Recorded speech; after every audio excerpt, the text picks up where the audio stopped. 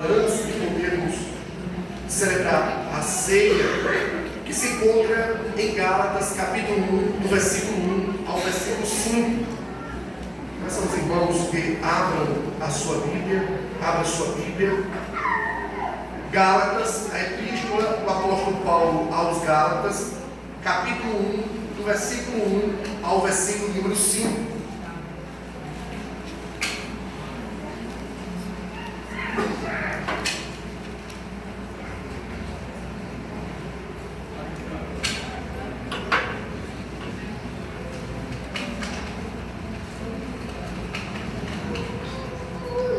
Amém? Os irmãos encontraram? Gálatas capítulo 1, do versículo 1 ao versículo 5. Amém? Vamos fazer a leitura da palavra do Senhor. Todos encontraram? Mesmo sentados, irmãos me acompanham.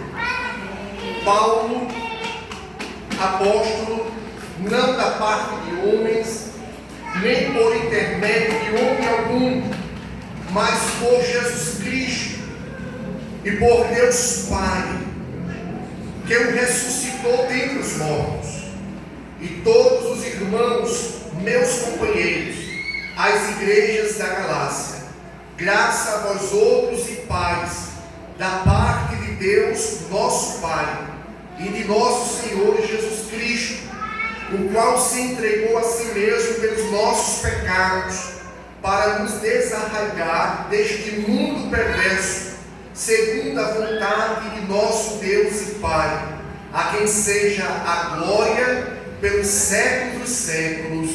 Amém e amém. Eu gostaria de repetir com a igreja o versículo 4. Vamos repetir o versículo 4? Se você puder, pode até acompanhar aqui na tela, no telão aqui, para ficar em uma só voz. Possa ser que a sua versão seja diferente do seu irmão que está ao seu lado, da minha, eu li na versão atualizada. Mas vamos ler todos aqui. Vamos lá? Toda a igreja. O qual se deu a si mesmo por nossos pecados, para nos livrar do presente século mau, segundo a vontade de Deus, nosso Pai. Amém. Glória a Deus. Sobre a sua cabeça, oremos ao Senhor. Pai, nós te louvamos, nós te bendizemos, ó Deus, por nos encontrarmos aqui nesta noite, reunidos em teu nome, para te prestar culto, em louvor e adoração a ti, ó Pai. Muito obrigado, Senhor, pela companhia dos nossos irmãos. Como é bom estarmos juntos, unidos e reunidos no Senhor, para te prestar culto, Senhor. Neste momento, nós te suplicamos para que o Senhor traga luz à nossa mente, ao nosso coração, ó Deus, da palavra que foi lida nesta noite. Suplicamos para que o Senhor, através do teu Espírito Santo, traga edificação a cada um de nós. Vem falar com a tua igreja, Senhor, e coloca, ó Pai, à tua disposição, como instrumento em tuas mãos, Senhor, para poder compartilhar a tua palavra, a tua igreja, e que teu Espírito Santo, Senhor, traga compreensão, Senhor, para a glória e louvor do teu santo nome, e que todos nós sejamos edificados, fortalecidos, direcionados por ti, Senhor, para a glória e a honra do teu santo nome, Senhor. É assim que nós te oramos, agradecendo por tudo, em nome do Senhor Jesus. Amém e amém. Glória a Deus. Aleluia. Meus queridos, Gálatas, de fato, manifesta aqui uma mensagem do apóstolo Paulo contra a perversão da graça de Deus, ou seja, sobre uma contaminação quanto ao meio da obtenção da justiça exigida para que tenhamos paz com Deus. Estava a igreja, as igrejas da Galácia, confusa. Havia pessoas que estavam irmãos. E havia aqui uma batalha entre o legalismo e a graça de Deus. E era bem definida aqui nesta carta. E o que faz o legalismo? O que faz o legalismo na vida de uma pessoa? O legalismo, ele escraviza os homens em sua tentativa de alcançar a justiça através dos seus esforços. Então esses que estavam infiltrados, eles estavam trazendo este legalismo, tentando trazer os irmãos que foram livres, estavam vivendo a liberdade do Evangelho, trazendo a se escravizarem novamente para obter justiça perante Deus. Mas o que pode se entender do Evangelho? Se aqui o apóstolo Paulo, ele mostra essa batalha entre o legalismo e a graça de Deus. E se a graça de Deus é manifesta no Evangelho, o que se pode entender do que é o Evangelho? E o Evangelho é a manifestação da graça de Deus, do favor de Deus, que está em operação para libertar os homens dessa escravidão para uma justiça que é um dom que é recebido por Deus, um dom gratuito por Deus.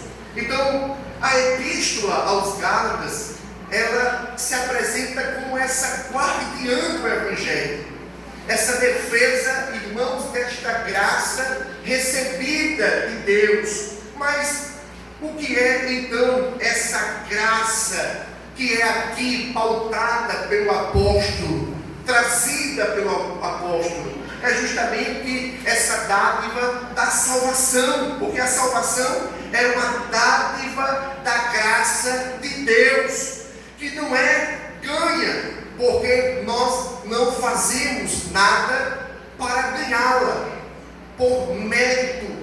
Também ela não é merecida, porque não somos dignos de receber essa salvação, mas ela é recebida somente pela fé. E o apóstolo Paulo trata sobre esta graça manifesta no Evangelho, trazendo salvação e justificando perante Deus. E ele até explana aqui, por exemplo, em Gálatas capítulo 2, o versículo 15 e o versículo 16, ele diz assim: nós, judeus, por natureza, e não pecadores dentre os gentios, sabendo, contudo, que o homem não é justificado por obras da lei, e sim mediante a fé em Jesus Cristo. Também temos crido em Jesus Cristo, para que fôssemos justificados pela fé em Cristo, e não por obras da lei, pois por obras da lei ninguém será justificado. Então ele traz essa defesa sobre a salvação como a dádiva de Deus, da qual fomos alcançados por esses benefícios da graça, que é a justificação, alcançando essa justiça que é exigida para que tenhamos paz com Deus. Quando nós olhamos, irmãos, de fato, a própria fé também, ela é um dom gratuito de Deus. Ela é um dom gratuito de Deus. E nós entendemos aqui e lemos, o texto que lemos aqui no versículo 3, aqui de Gálatas, diz: graça a vós outros e pais da parte de Deus, nosso Pai, e de nosso Senhor Jesus Cristo. Essa graça que os irmãos aqui foram alcançados, essa paz que aqui ele está falando, irmãos, é a paz que eles alcançaram. Esta paz, ela aplica-se justamente a esse relacionamento que foi inaugurado pela morte e pela ressurreição de Jesus Cristo. Essa paz para com Deus, que nos fez a chegar a Deus, ela é trazida pela a graça que nos alcançou. Se nós observarmos, irmãos, também o versículo 6, o apóstolo Paulo vai trazer uma repreensão àqueles irmãos, dizendo: admira-me que estejais passando tão depressa daquele que vos chamou na graça de Cristo para outro evangelho. Mostrando sempre essa ação de Deus em nossas vidas, alcançada por esse favor de Deus, da parte de Deus. Então, o que é graça? Como é que nós poderíamos definir, irmãos, esta palavra? Significa um ato de bondade imerecida. Um ato de bondade imerecida. E esse termo aplica-se a tudo que Deus nos deu em Cristo Jesus, sem que tivéssemos obtido por merecimento ou que possamos então devolver. Algo que Deus esteja partilhando conosco, Ele nos deu em algo sem troca alguma, sem devolvermos nada para Ele, apenas Ele, por graça, agiu em nós para que pudéssemos crer nele, crer para a salvação, para que pudéssemos receber essa justificação, para que pudéssemos ter paz com Deus. Nós estávamos afastados, desgarrados de Deus, longe de Deus. Então nós encontramos, irmãos, aqui, como foi lido, o texto nos falando sobre esta graça da parte de Deus que alcançou os irmãos. E aí, o que acontece então, irmãos, no contexto aqui desta carta? Paulo estava nessa batalha com esse legalismo. E quais as intenções dos judaístas que podemos perceber nessa carta? Quais eram essas investidas, né? Como eles estavam direcionando essas investidas em perturbar aqueles irmãos, desviando-os da graça de Deus, do evangelho que o apóstolo Paulo trouxe para aqueles irmãos. Quais eram essas investidas? Então, em primeiro lugar, esses judaístas, eles estavam solapando a autoridade do apóstolo Paulo. Eles estavam solapando, investindo contra a autoridade de Paulo como apóstolo de nosso Senhor Jesus Cristo. Por isso que no versículo 1 nós encontramos essa defesa do próprio apóstolo Paulo. Deixa eu reler novamente para os irmãos. Ele diz: Paulo, apóstolo, não da parte de homens, nem por intermédio de homem algum, mas por Jesus Cristo e por Deus Pai, que o ressuscitou dentre os mortos. Então aqui ele traz essa defesa do seu apostolado.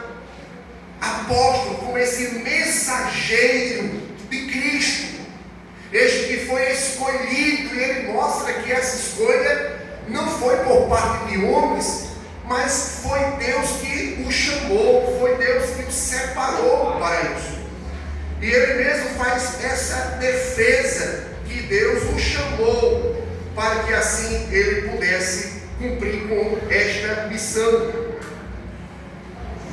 Então ele faz essa defesa porque aqueles irmãos estavam querendo descredenciar Paulo, descredenciar o seu ensino, descredenciar ele que foi levantado por Deus para pregar para os gentios. Então havia essa investida e levando aqueles irmãos trazida pela graça, conduzindo eles novamente, irmãos, a uma escravidão. E aqui está a segunda intestino, o segundo elemento que podemos encontrar dessa turma legalista que estava ali perturbando aqueles irmãos. E a segunda intestino é que os judaístas, eles combatiam ferrenhamente a liberdade frente à lei trazida pelo Evangelho. Ou seja, o Evangelho nos trouxe a liberdade de algumas ordenanças, de algumas observâncias, para que pudesse então alcançar a justiça de Deus. A antiga aliança, ela foi firmada pela lei. E aqui ele mostra que pela lei, irmãos, ninguém pode ser justificado. No capítulo 3, ele diz o seguinte, irmãos. No capítulo 3, versículo 10, ele diz: todos quantos, pois, são das obras da lei, estão debaixo de maldição, porque está escrito: maldito todo aquele que não permanece em todas as coisas escritas no livro da lei para praticá-las. E é evidente que pela lei ninguém é justificado diante de Deus, porque o justo viverá pela fé. Então, havia aquelas pessoas que entendiam que essa justiça viria justamente pela observância ainda de alguns ritos, de algumas ordenanças, do judaísmo. Então, aqueles irmãos, eles estavam sendo contra-atacados, porque o Evangelho dava essa liberdade. O Evangelho dava essa liberdade para que não mais observassem aqueles ritos. E aí eles combatiam. E quais eram esses elementos que eles combatiam, irmãos, sobre a liberdade do Evangelho? Por exemplo, a sua exigência central era a circuncisão. Era uma exigência central. Eles exigiam que os irmãos gentios, que foram alcançados pela graça de Deus, trazida pelo Evangelho, que era anunciada pelo apóstolo Paulo, eles cobravam que aqueles irmãos fossem circuncidados. Só que o Evangelho que Paulo anuncia, diz que Deus nos trouxe essa liberdade, a liberdade quanto à circuncisão, que não era mais necessária. Um outro elemento, irmãos, era que somava-se a esse ato, irmãos, da circuncisão, a observação das festas judaicas, e seguramente a observância ou guardar o sábado. Então, eles exigiam que os irmãos guardassem ali as festas, praticando as festas, fazendo as comemorações e também a guarda do sábado. Então esses irmãos estavam sendo exigidos a isso. E esses judaístas que estavam afrontando o apostolado de Paulo e perturbando aqueles irmãos pelo Evangelho que recebeu do apóstolo Paulo, eles estavam dizendo: olha, vocês estão errados. Paulo não andou com Cristo. Paulo não é uma testemunha ocular como os demais. Paulo não andou com Jesus, não foi testemunha ocular, presente nos fatos. Por isso que aqui o apóstolo Paulo, ele defende o seu apostolado e defende também o Evangelho, como assim ele recebeu. E assim foi transformado, irmãos. E aí ele fala, que ele mesmo é um exemplo, irmãos. Um exemplo quanto à observação, dos ritos. Ele, como fariseu que era, ele foi exemplar. Mas Cristo o libertou. A graça o alcançou para uma justiça que jamais ele, pelaquela observância, alcançaria. Portanto, ele traz essa explicação. Veja, quem quer se justificar pela lei, se caso não permanecer em toda a lei, esse vai ser capido. Quem é um de nós que permanece em toda a lei? Nenhum de nós, irmãos, somos capazes. Então a lei, ela serviu para nos mostrar essa miserabilidade humana, que somos incapazes, insuficientes, inabilitados para, irmãos, cumprir toda a lei, para que alcançássemos essa justiça exigida, irmãos, pelo próprio Deus. Então nós estávamos perdidos, nós não tínhamos como manter esta paz com Deus mediante a observância da lei. E Deus viu e enviou quem? O seu Filho Jesus. E ele foi obediente a Deus em tudo, até a morte e morte de cruz. Jesus obedeceu toda a lei. Então, pela obra de Cristo, irmãos, na sua obediência à lei, como também na morte expiatória, nós fomos alcançados, irmãos, a sermos justificados e alcançarmos essa justiça que é exigida por Deus. Então nós não tínhamos como, irmãos, estar nesse mesmo patamar por si mesmo. Então hoje nós alcançamos essa justiça, irmãos, pelos méritos de Cristo, porque Cristo fez por nós. Cristo, irmãos, foi justo por nós. Então nós observamos aqui, irmãos, nesse texto, essa defesa do apóstolo Paulo. Depois ele diz, irmãos, ali escrevendo no versículo 2, que ele saúda e todos os irmãos, meus companheiros, as igrejas da Galácia. Ele traz uma palavra, irmãos, bem estreita, a um relacionamento.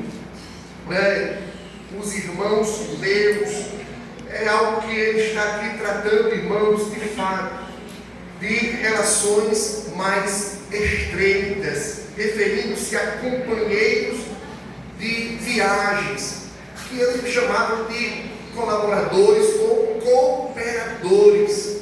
O apóstolo Paulo tinha pessoas que cooperavam junto com ele. Nós podemos aprender algo aqui, irmãos. A obra de Deus, ninguém faz só. Ninguém faz só. Nós somos um corpo. E nós estamos estreitamente ligados um ao outro. E precisamos dessa cooperação. Qualquer irmão chamado de Deus em nossas vidas não nos faz isentos de estarmos interligados a outros irmãos para cooperar junto conosco no cumprimento da missão que o Senhor veio nos designar. Porque há pessoas que dizem o seguinte: Deus me chamou para algo, Deus me separou, e se isola como se não precisasse de outros em sua companhia. Então a palavra de Deus é nos mostrar, Paulo trazendo referência, por exemplo, a Timóteo, fiel companheiro, como também a Tito, irmãos, e tantos outros que estavam estreitamente ligados a ele, irmãos, no cumprimento da missão. Então nós precisamos estreitar esse relacionamento, irmãos, para cumprir aquilo que Deus nos designa, por um chamado. Se você tem um chamado de Deus, você não precisa se isolar e dizer assim: eu vou fazer só, porque é um chamado de Deus para mim ficar só. De modo algum. Deus nos chamou para nós estarmos interligados como um corpo. E dentro do corpo, irmãos, eu atuo junto com os meus irmãos, cumprindo a missão que Deus assim me separou. E o apóstolo Paulo mostra esse exemplo aqui para nós. E aí ele vai aqui relatar sobre a graça, como nós falamos, irmãos, graça a vós outros e paz da parte de Deus, nosso Pai e nosso Senhor Jesus Cristo.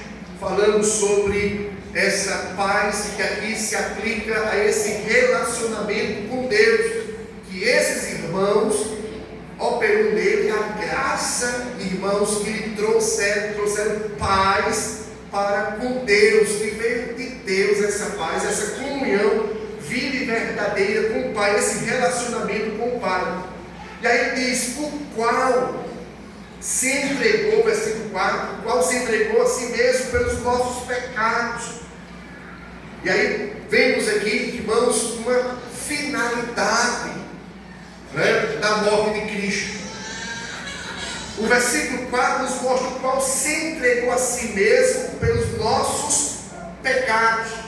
A morte de Jesus não foi uma morte aleatória, não foi algo por acaso.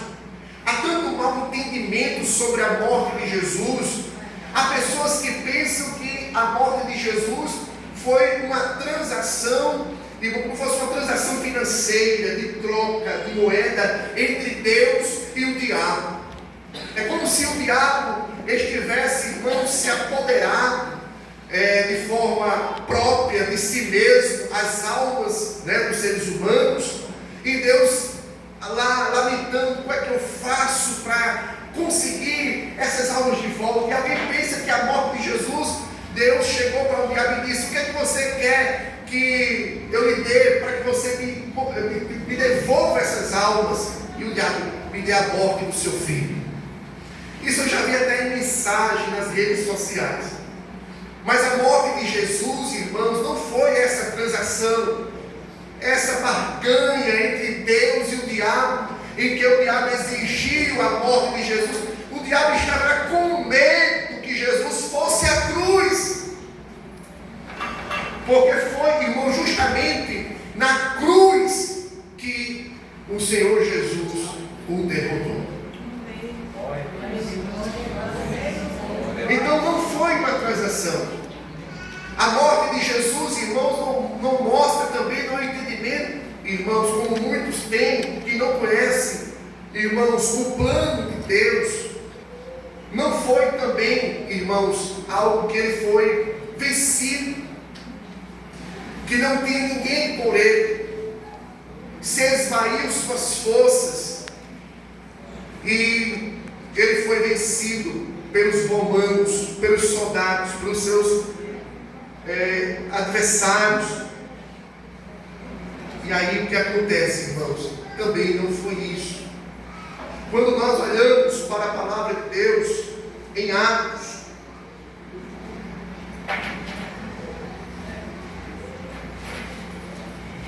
Atos capítulo 3, irmãos.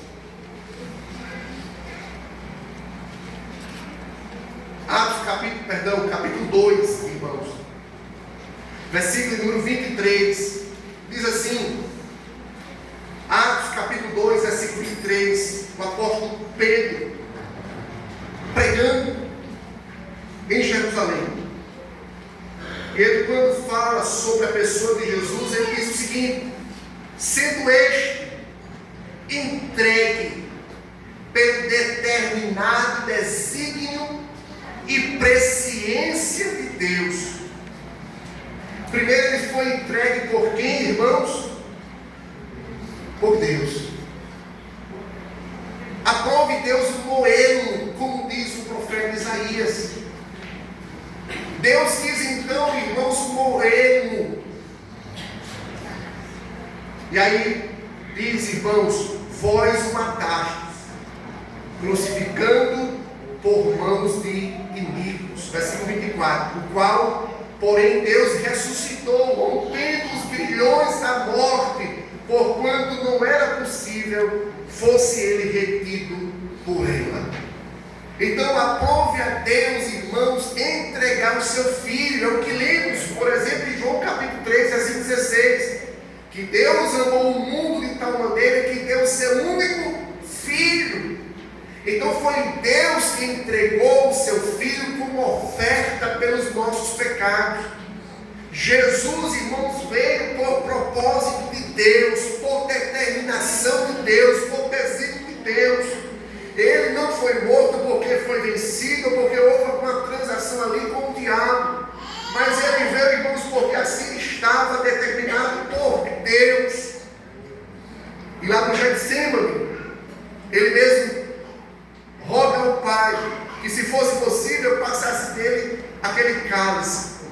mas por tudo fosse feita a vontade de Deus.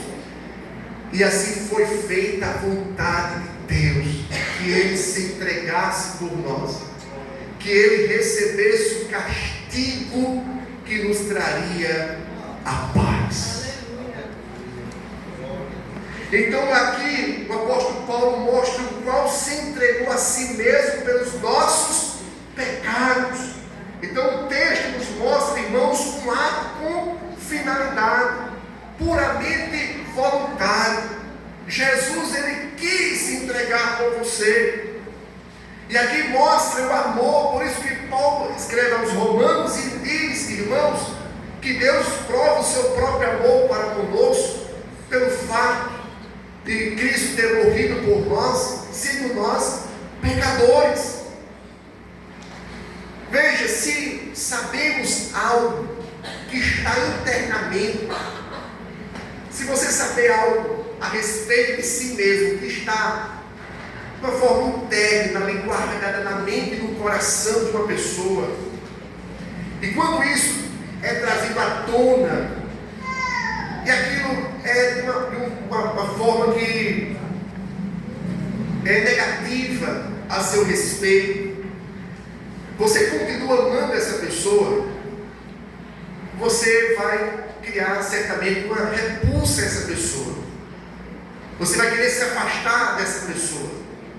Você sabendo o que se passa ali, o que estava guardado ao teu respeito, a sua própria vida, o que aquela pessoa estava guardando, ou pensa, ou estava guardando no seu coração, e aí você, descobrindo de uma certa forma, você quer se afastar daquela pessoa, você passa a odiá-la.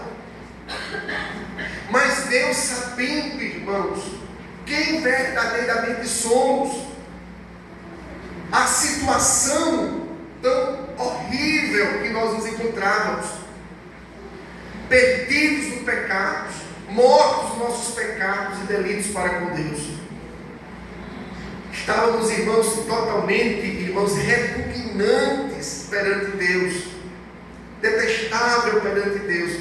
Não havia nada em nós, irmãos, que o agradasse. Não havia nada em nós que pudesse, irmãos, atrair a Deus, de justiça, de algo feio. Estávamos totalmente perdidos, mas Ele quis assim morrer por mim e por você, indignos. Ele se entregou por nós. Então, irmãos, nós podemos ver esta obra gloriosa e tão amorosa, de um amor tão imensurável, de uma bondade, irmãos, como diz Paulo aos Efésios, a suprema riqueza da bondade de Deus para conosco, em que Cristo deu a sua vida por nós, quando estávamos mortos em nossos delitos e pecados. Que grande amor, irmãos, desse do Filho de Deus, de Jesus Cristo, a se entregar por nós. E tinha, irmãos, uma finalidade: pelos nossos pecados. Pelos nossos pecados. Foi pelos nossos pecados que Ele morreu. E é preciso, irmãos, que pensemos um pouco sobre isso. Ele morreu, irmãos, para nos trazer libertação dos nossos pecados. Ele morreu para remover a culpa do pecado, nos trazer, nos redimir dos nossos pecados, o sangue, para remir os pecados de muitos, como lemos lá em Mateus capítulo 26, a partir do versículo 26, 27, 28, quando trata sobre a ceia.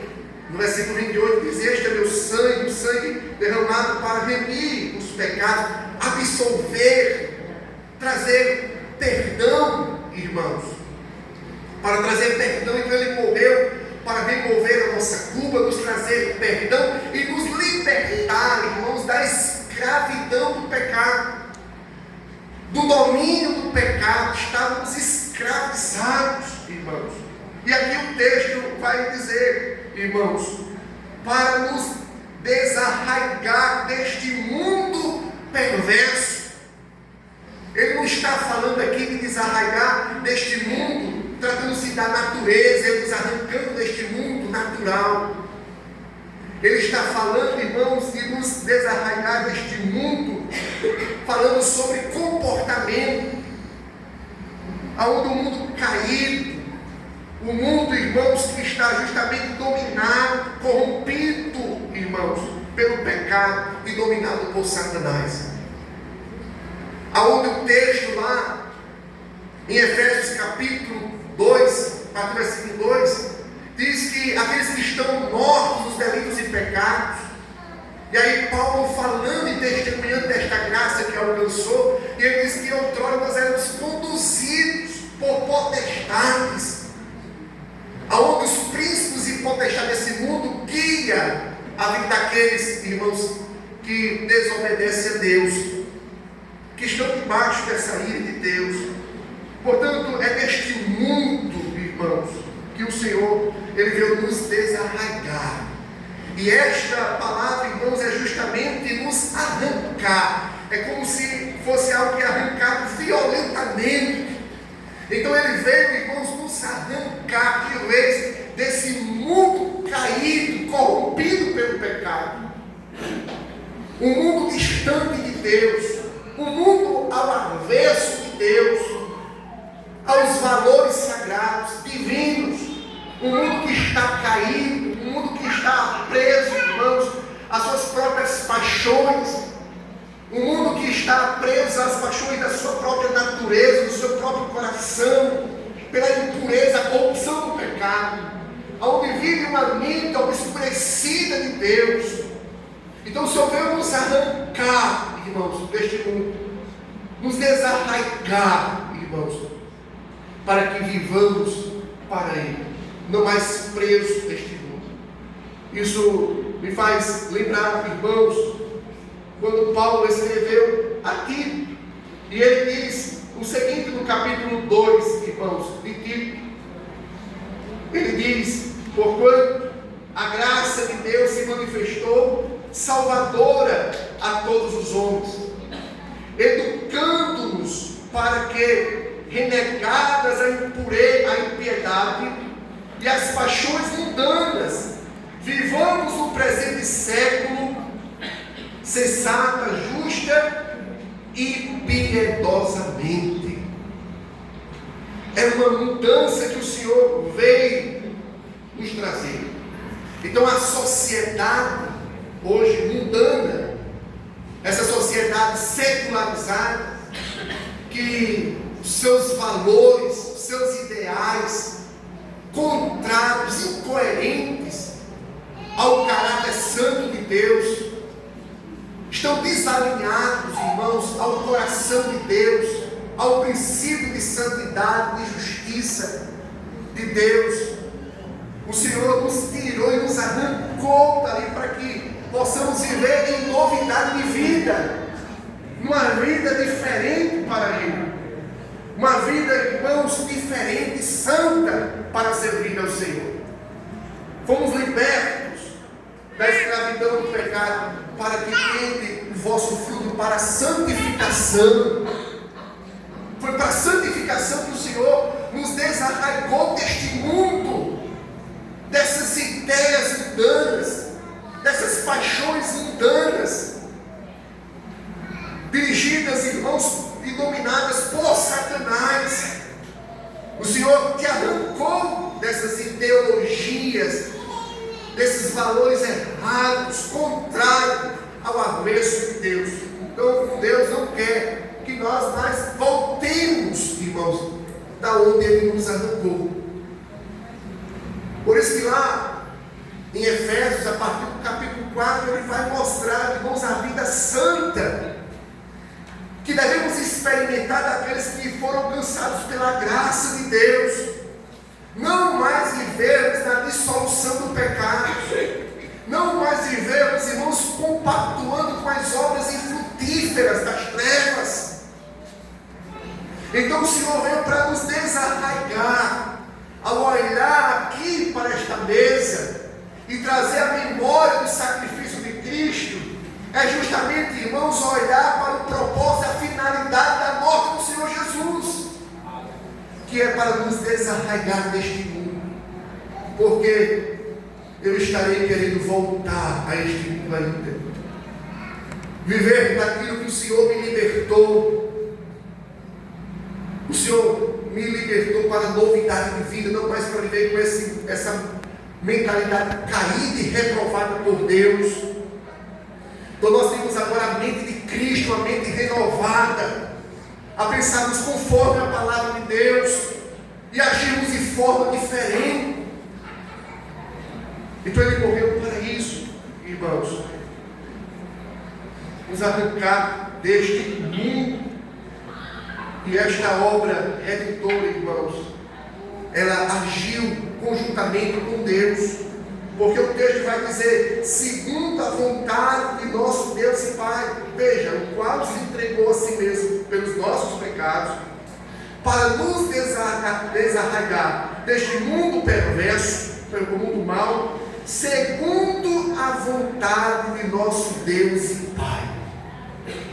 Então, em conjunto com Deus, de acordo com a sua vontade, foi com a vontade de Deus, irmãos, que Ele fez isso. Estava assim, irmãos, dentro dos decretos de Deus, nos alcançar, nos arrancar deste mundo, para que vivamos para Ele. E é por isso que a Deus pertence a glória, o louvor para todo sempre. E é por isso que ele finaliza aqui no versículo 5: a quem seja a glória pelos séculos dos séculos. Amém. É hora de refletirmos a obra de Cristo em nossas vidas. Eu concluo aqui dizendo, este benefício da graça manifesta pelo Evangelho, manifesta em Cristo Jesus, em que Ele trouxe a propiciação dos nossos pecados, apaziguando, irmãos, essa ira entre um Deus que é santo, santo, e do outro lado estávamos nós, tão pecadores, terrivelmente pecadores.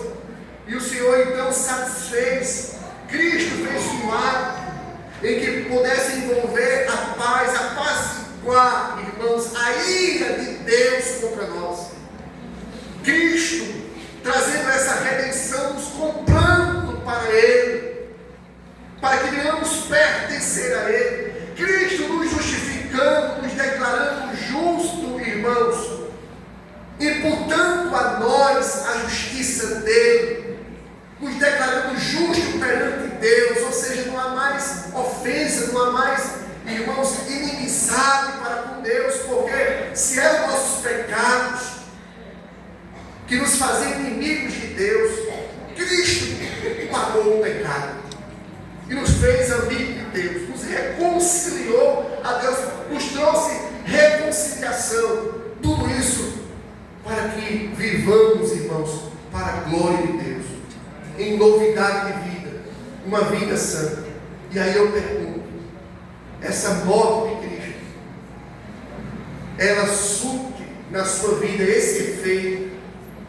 Então hoje é noite de refletirmos como está a nossa vida em relação ao propósito e à finalidade da morte de Cristo.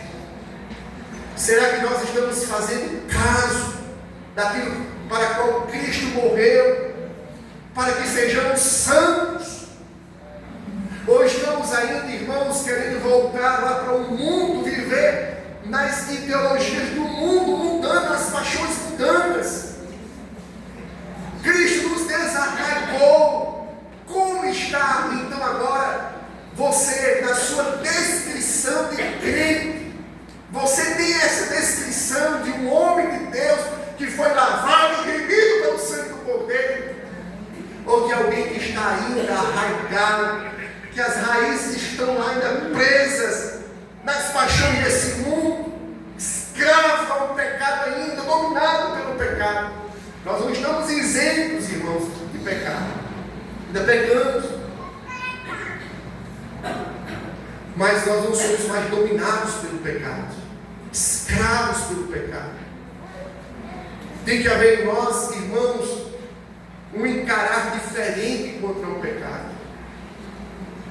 Nós precisamos, irmãos, olhar o pecado da mesma ótica de Deus.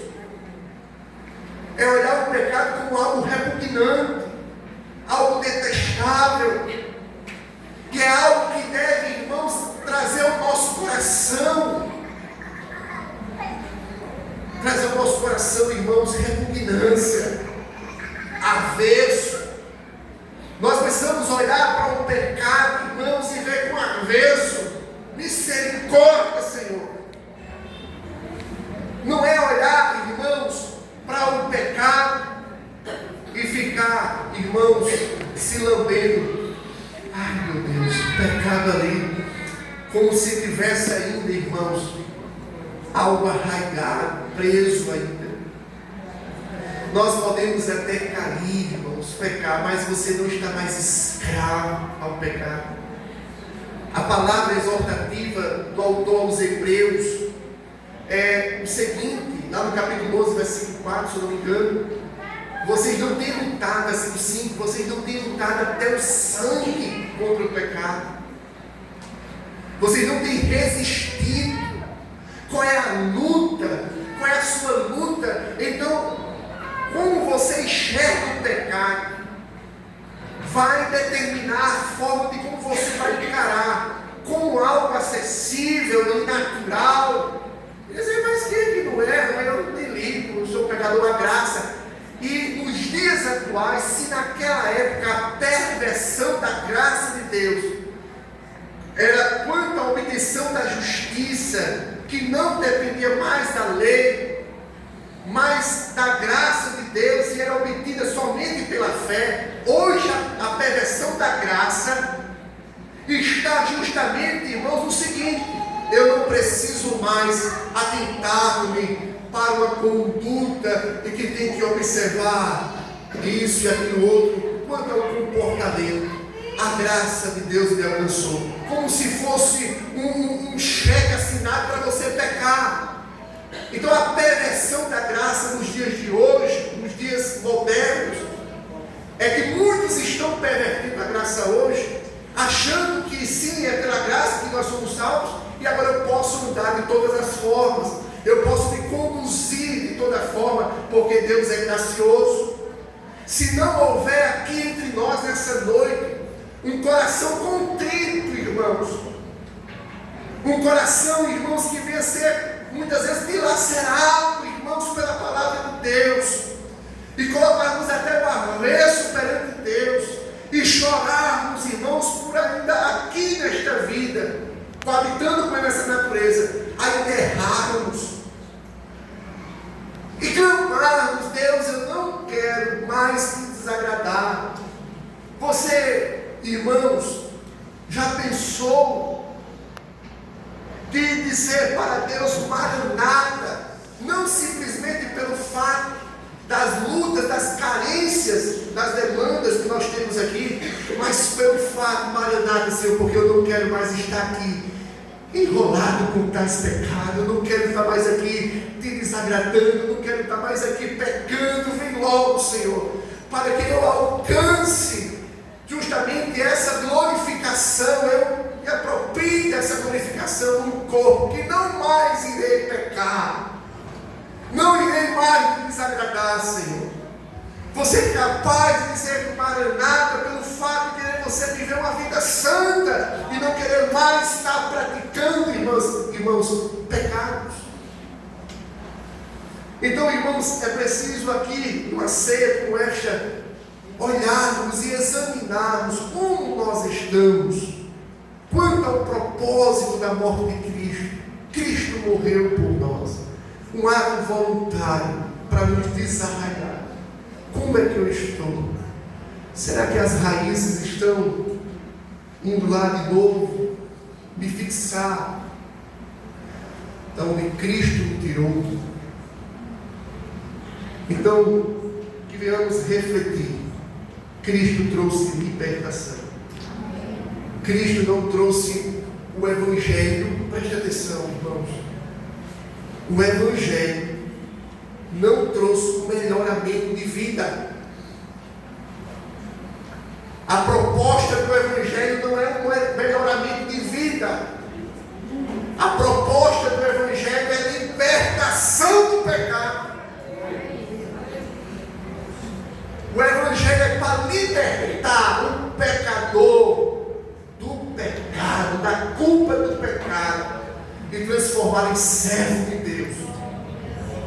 Há muitos aí distorcendo o Evangelho e pregando o Evangelho como um melhoramento de vida, mas continue com o pecado, continue com a sua vida, caminhando do jeito que você quiser, sem temor a Deus, uma forma destemida, irmãos, esperando então o olhar de Deus.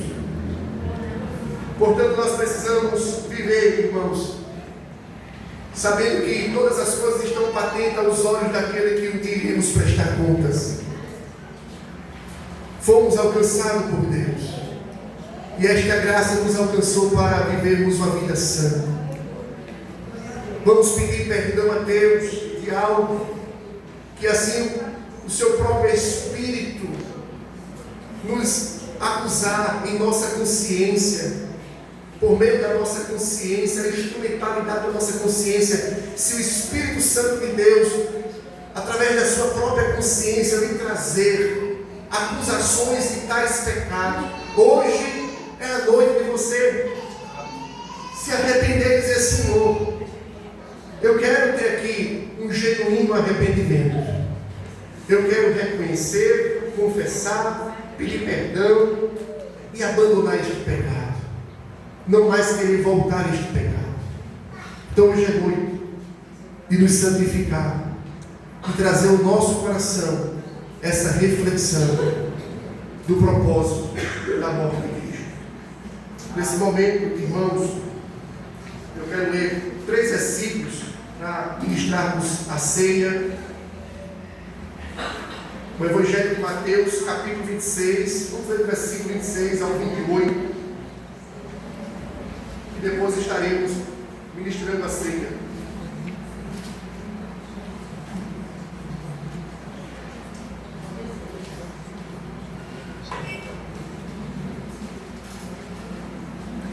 Diz assim, irmãos: enquanto comiam, tomou Jesus um pão e, abençoando, partiu e o deu aos discípulos, dizendo: tomai e comei, isto é o meu corpo. A seguir, tomou um cálice e, tendo dado graças, o deu aos discípulos, dizendo: bebei dele todos, porque isto é o meu sangue, o sangue da nova aliança, derramado em favor de muitos, para a remissão de pecados. Amém? Neste momento, irmãos, eu convido os oficiais para ficar posto à mesa e a igreja a se colocar de pé, e antes de orar,